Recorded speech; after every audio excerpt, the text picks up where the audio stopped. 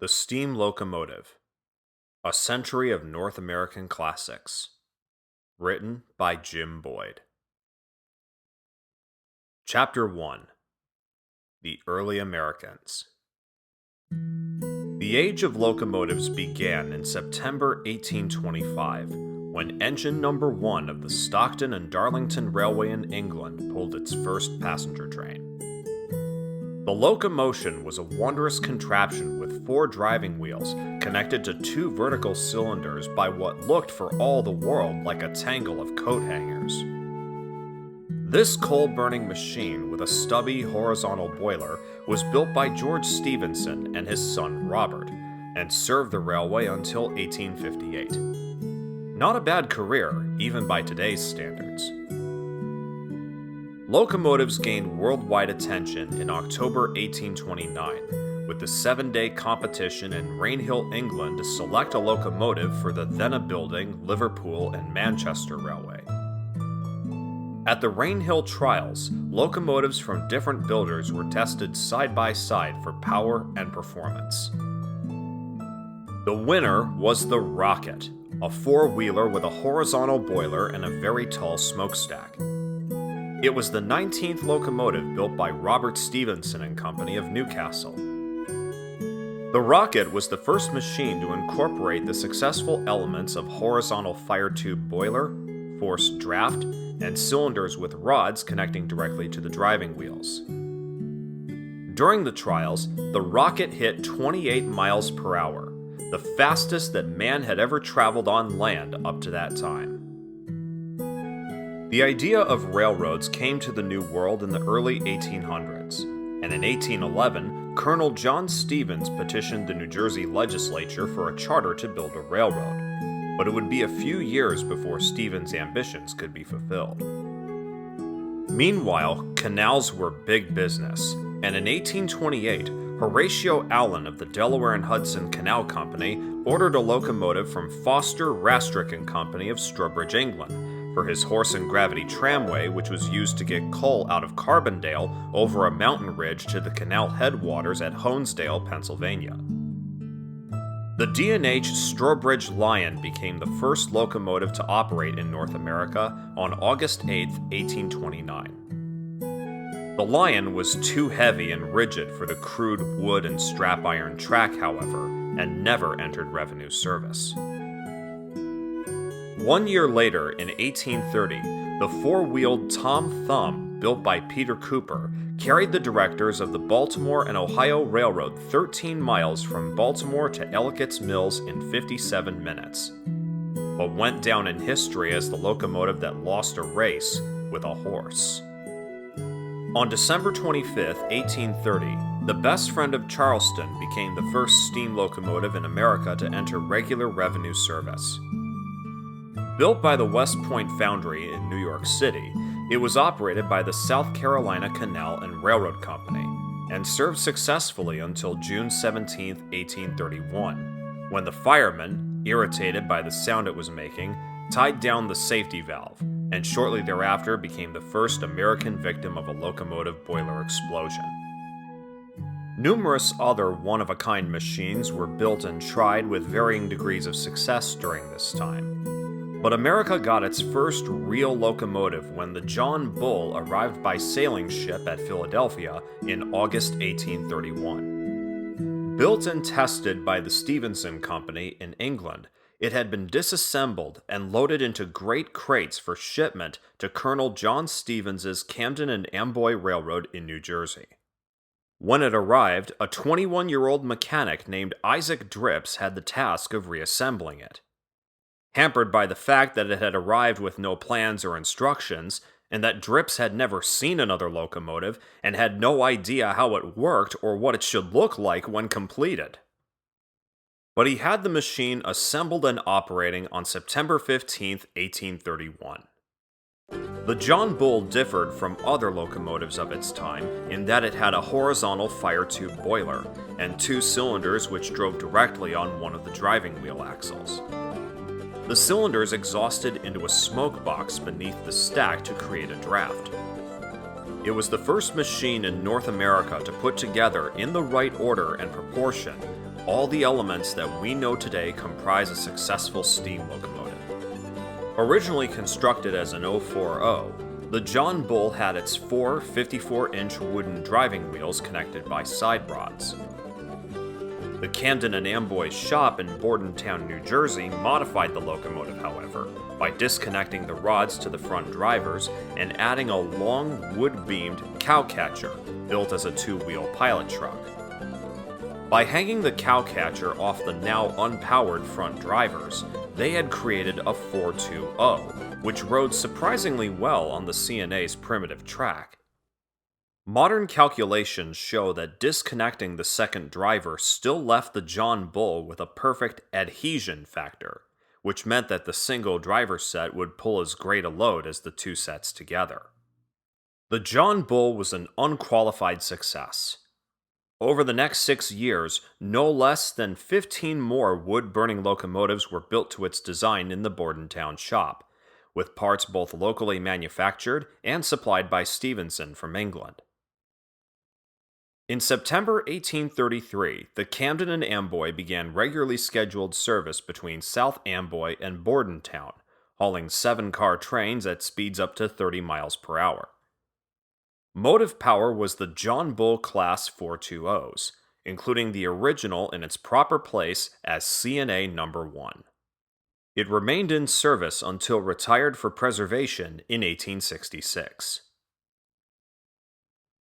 The John Bull was the first locomotive that was successful enough to be duplicated in kind, forecasting the vast fleets of locomotives that would follow.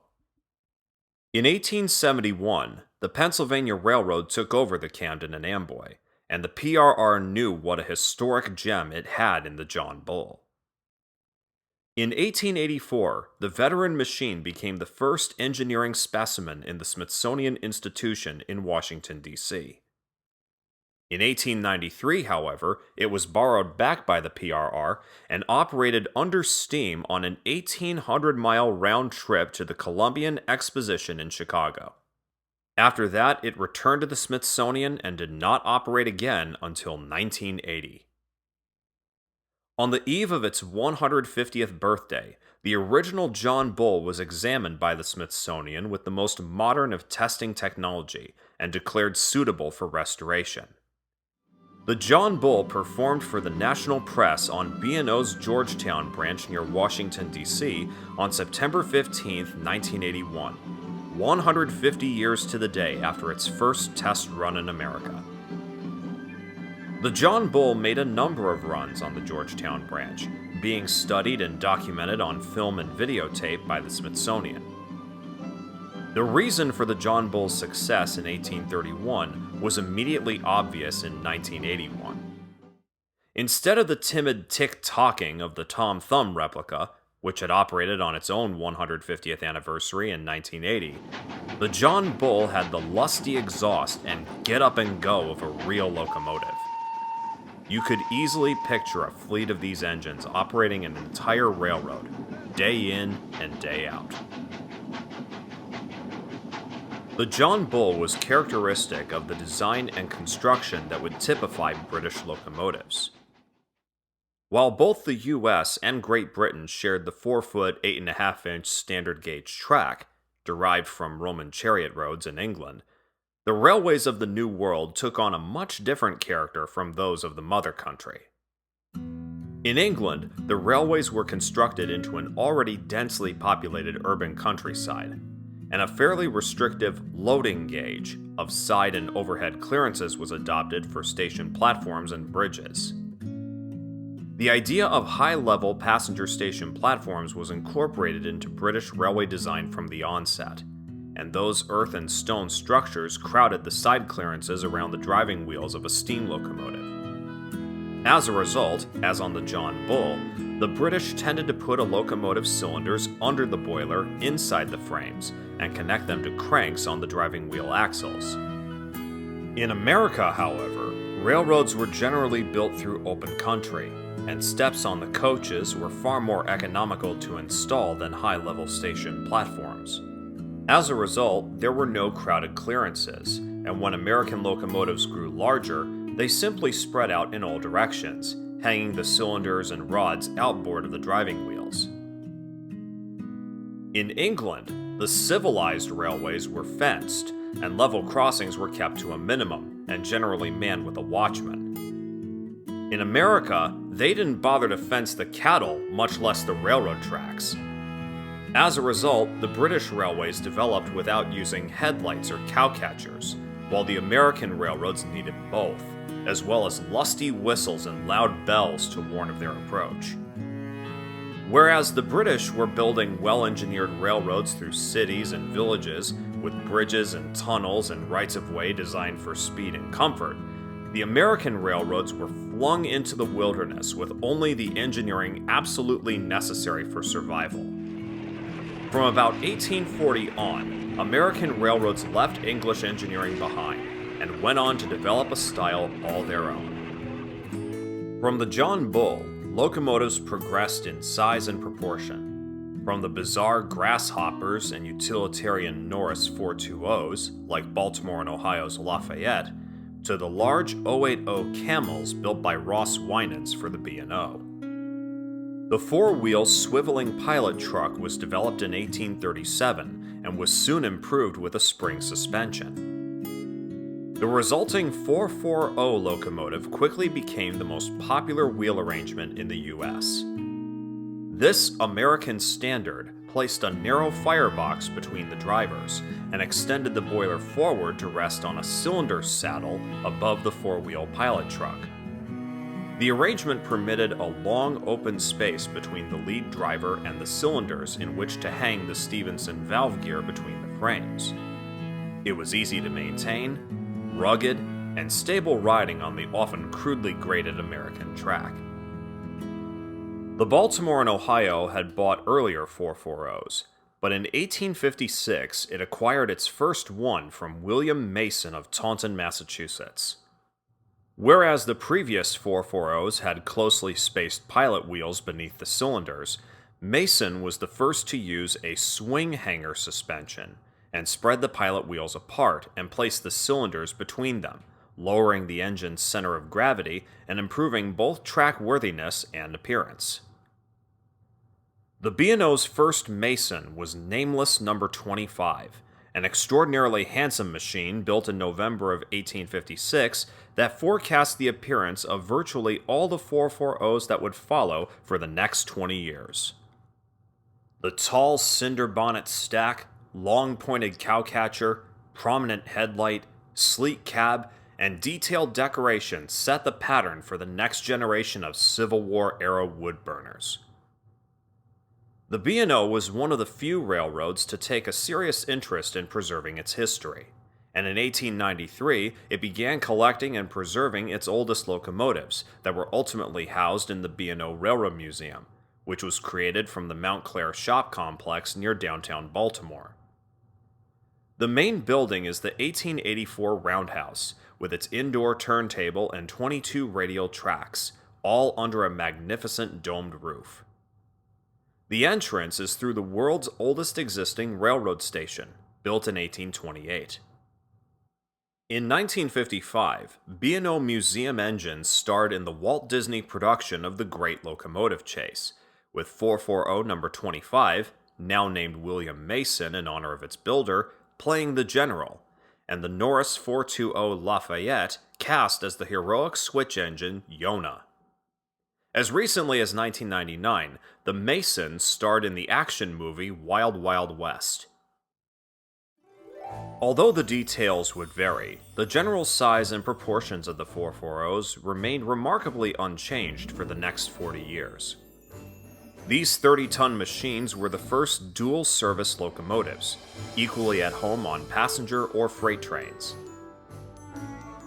Still in the era of wood fuel, they were characterized by large, spark-arresting diamond smokestacks, long-pointed cowcatchers, and big, boxy headlights.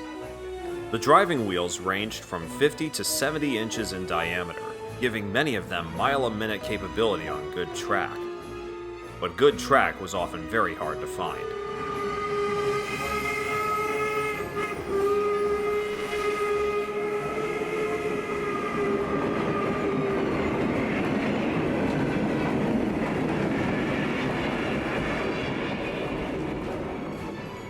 The 440 got America through the Civil War. When Union raiders under the command of James J. Andrews stole a Confederate train at Big Shanty, Georgia on April 12, 1862, resulting in the aforementioned Great Locomotive Chase, both the stolen general and pursuing Texas were 440s.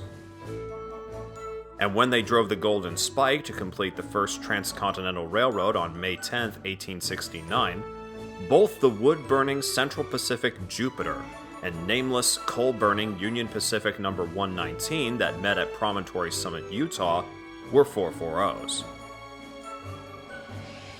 Following the Civil War, locomotives were an important part of the American culture, and in that era of gingerbread architecture and Victorian style, they were often lavishly decorated. At the time, it was accepted practice that a crew was assigned to one specific locomotive, and they would often take great care and pride in the engine's appearance. One of the most outstanding examples of such a locomotive is the Virginia and Truckee 440 Inyo. The V&T of the 1870s was a small but obscenely prosperous railroad that bought the finest locomotives available. Built by Baldwin of Philadelphia in 1875, V&T No. 22 was a 34-ton wood-burning 440 of classic proportion. Converted to burn oil in 1910, she spent most of her life working the Nevada silver mining region until retired in 1926 and put into storage. In 1937, the Inyo was sold to Paramount Pictures and spent the next 30 years as a movie star.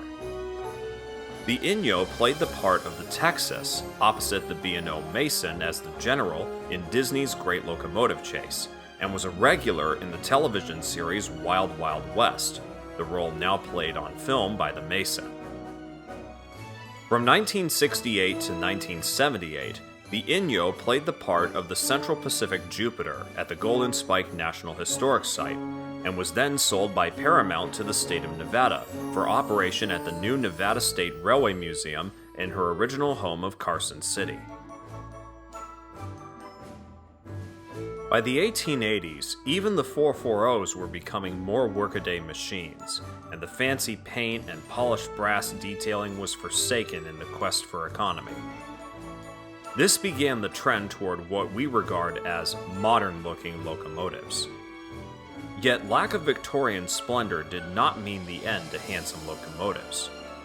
A beautifully proportioned American standard of this new era is Denver, Fort Worth, and Texas No. 9, built in 1888 by the Cook Locomotive and Machine Company of Paterson, New Jersey. Originally a coal burner, this 42-ton 440 did not need the large cinder-catching stack, and spent its entire working career with a tall straight stack. Compared to the Victorian Inyo, No. 9 has the look of a more business-like locomotive. In 1906, Denver, Fort Worth, and Texas No. 9 settled down as No. 8 of the Dardanelle and Russellville Short Line in Arkansas. After 34 years on the 5-mile-long DNR, No. 8 embarked on a new career in 1939 as a movie star for 20th Century Fox, making its debut on the silver screen in Jesse James. After appearing in numerous films, No. 8 was sold to Shortline Enterprises of Cucamonga, California, which steamed it at the California State Railroad Museum in 1981. No. 8 was subsequently sold to the Nevada State Railway Museum in Carson City, where it is displayed today.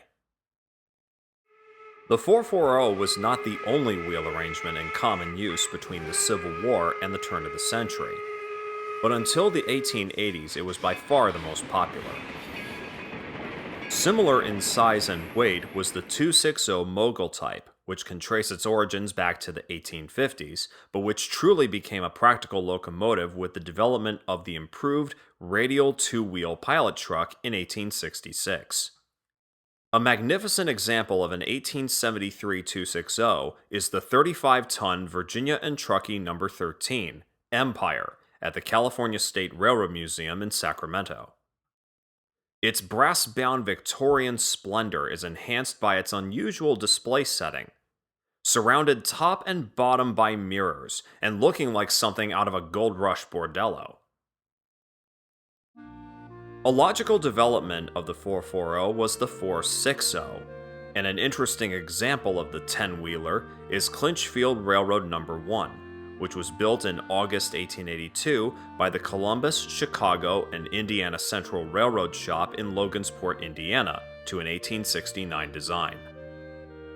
The low-slung 460 migrated to the Carolina, Clinchfield, and Ohio in 1900, and in April 1913 it was sold to the 25-mile Black Mountain Railroad in North Carolina. When old No. 1 was replaced by a diesel in 1955, it was returned to the Clinchfield for display in Irwin, Tennessee. A friendly Clinchfield management had it back under steam and pulling excursions by 1968. Watching No. 1 romp through Clinchfield country, you could see a century of history on the move. Though diminutive by latter-day standards of steam and diesel locomotives, No. 1 was clearly capable of mainline performance. After Clinchfield became part of the Seaboard system in 1983, and later CSX, No. 1 went to the B&O Museum. The 260s grew into 280s, and even 210s, as wrought iron and copper was replaced by steel, and the American Industrial Revolution provided the manufacturing skills and economic strength to change the railways from pathways in the wilderness to vital arteries binding the nation together. The track work was getting better, and the railroads were getting busier. Coal for homes and the industrial furnaces moved from the mines to the cities. Grain and cattle from the west fed bursting seaboard communities. The railroad was the fastest and most efficient means of overland travel. Not only could trains make a mile a minute, but by 1897, they had hit the century mark of 100 miles per hour. And it was just in time to mark a new century.